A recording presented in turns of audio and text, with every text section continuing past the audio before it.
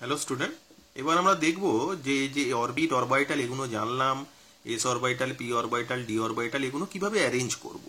যে সায়েন্টিস্ট এটা নিয়ে কাজ করেছিলেন তার নাম অনুসারে এই কনসেপ্টটার নাম হচ্ছে আউবাও প্রিন্সিপল। কীরকম? এটা একটা এনার্জি অর্ডার অনুযায়ী সাজিয়েছি, উপর থেকে যত নিচে নামছি এনার্জিগুলো বাড়ছে। প্রথমে আমরা প্রিন্সিপাল কোয়ান্টাম নাম্বার এন যদি 1 হয় তাহলে এল এর ভ্যালু 0 হয়, রিলেশন আমি আগে বলেছি। তাহলে 1 এর শুধুমাত্র এস অরবাইটালই হবে, তাহলে 1s হবে।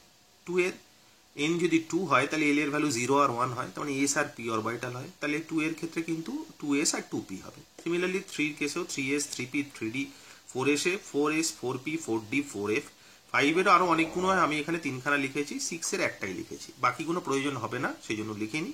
কেন প্রয়োজন হবে না সেটা লিখতে লিখতে প্র্যাকটিস করতে করতে অ্যাপ্লিকেশন করতে করতে বুঝতে পারবে।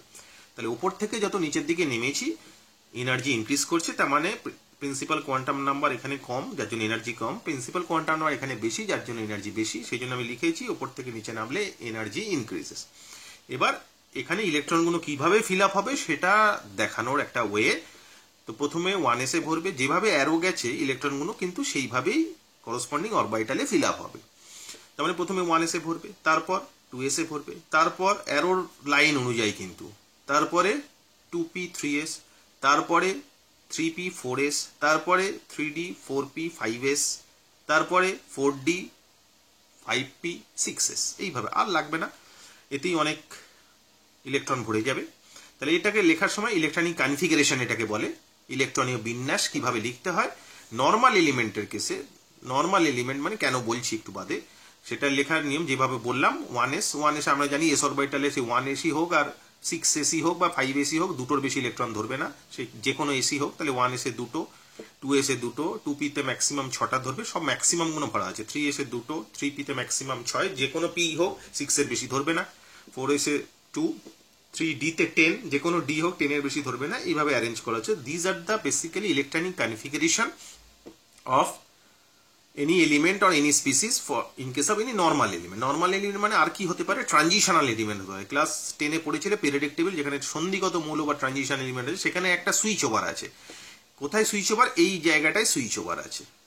এখানে আমরা লিখেছিলাম আগে 4s তারপর 3d, এখানে কিন্তু আগে 3d তারপর 4s। তাহলে এখানে হবে কি 1s2 2s2 2p6 3s2 3p6 3d10 4s2, এইভাবে ভরতে হবে। নর্মালি আমরা যেটা বলতে পারি যেটা হচ্ছে অ্যাটমিক নাম্বার 21 থেকে আপ টু 30 পর্যন্ত যেসব এলিমেন্টগুলো আছে, those are transition element, first সিরিজের ট্রানজিশন এলিমেন্ট।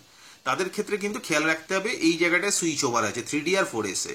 নর্মাল এলিমেন্টের কেসে এইভাবে লেখা যেতে পারে, সেখানে যটা ইলেকট্রন থাকবে সেই অনুযায়ী ভরতে হবে। আমার এখানে যদি 21টা বা 19টা ইলেকট্রন থাকে, উই হ্যাভ 19 অ্যাটমিক নাম্বার কার? পটাশিয়ামের। পটাশিয়ামের যদি আমাকে ইলেকট্রনিক কনফিগারেশন লিখতে হবে, আমি কিভাবে লিখবো?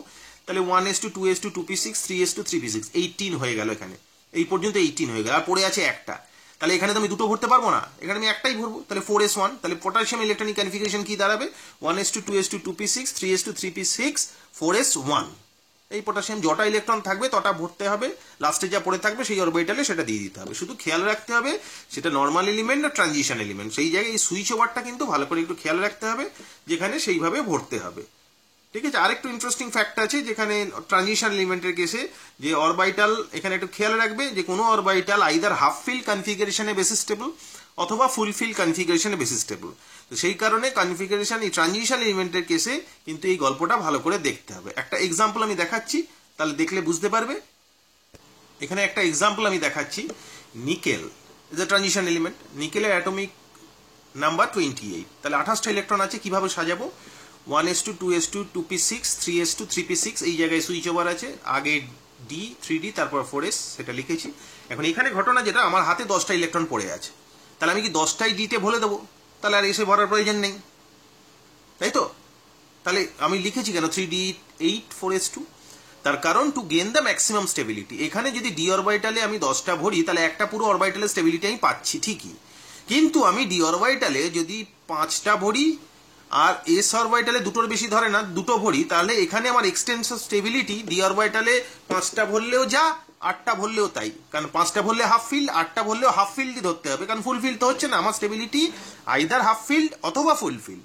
ঠিক আছে, তাহলে এখানে 8টা ভরলেও হাফ ফিল্ডের স্টেবিলিটি মানে 0.5, কন্ট্রিবিউশন যদি ধরি ডি অরবিটালের জন্য 0.5, আর এস অরবিটাল পুরোটা ভরে গেছে তাহলে 1, তাহলে এটা হচ্ছে 1.5 কন্ট্রিবিউশন। ঠিক আছে, কিন্তু আমি যদি ডিতে 10 ভরে দিতাম, তাহলে ইফ যদি 3D 10 হতো, তাহলে আমার কন্ট্রিবিউশন হতো কত? একটা অরবিটাল পুরো ভর্তি আছে মানে 1। তাহলে এক্সটেন্ট অফ স্টেবিলিটি কোন কেসে বেশি হচ্ছে? ওয়েদার 3D 10-এ বেশি হচ্ছে এক্সটেন্ট অফ স্টেবিলিটি, নাকি 3D 8 4:2-তে? ডেফিনেটলি 3D 8 4:2-তেই বেশি হচ্ছে, কারণ এখানে এর জন্য 0.5 হাফ ফিল্ড হয়ে আছে বলে। এখন 5টা হলে হাফ ফিল্ড, 6টা হলে হাফ ফিল্ড, 8টা হলে হাফ ফিল্ড, 9টা হলে হাফ ফিল্ড। আমাকে কনসিডার করতে হবে either half field or full field. তাহলে এখানে 3D 8 হলে হাফ ফিল্ডের জন্য 0.5, আর এস অরবিটাল পুরো ভর্তি আছে মানে 1, তাহলে টোটাল কন্ট্রিবিউশন 1.5।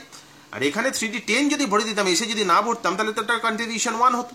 তাহলে এক্সটেন্ট অফ স্টেবিলিটি ডেফিনেটলি এটাতে বেশি, তাহলে কনফিগারেশন কিন্তু এইভাবে লিখতে হবে। এই জায়গাটা একটু খেয়াল রাখতে হবে। This are very very interesting crucial area, যে ট্রানজিশন এলিমেন্টের কেসে এই স্টেবিলিটিটাকে কনসিডার করে কিন্তু ইলেকট্রনগুলো ভরতে হবে। বেশিরভাগ ছেলে মেয়ে এই জায়গাটায় ভুল করে, এই জায়গাটা একটু খেয়াল রাখতে হবে। ঠিক আছে, এরপর যেটা সেটা হচ্ছে যদি নিকেল 2+ কনফিগারেশন দেয়, সেক্ষেত্রে আমাকে খেয়াল রাখতে হবে যে আউটার মোস্ট শেল যেটা আছে সব থেকে, সেইটা থেকে ইলেকট্রন আমাকে কিন্তু আগে বার করতে হবে। এখন নিকেল 2+ মানে দুটো ইলেকট্রন বেরিয়ে গেছে, দুটো ইলেকট্রন কোথা থেকে বেরোবে? ডেফিনেটলি এস অরবিটাল থেকে বেরোবে। দুটো বার করে দিলাম, তাহলে নিকেল 2+ ইলেকট্রনিক কনফিগারেশন দাঁড়ালো 1s2 2s2 2p6 3s2 3p6 3d 8।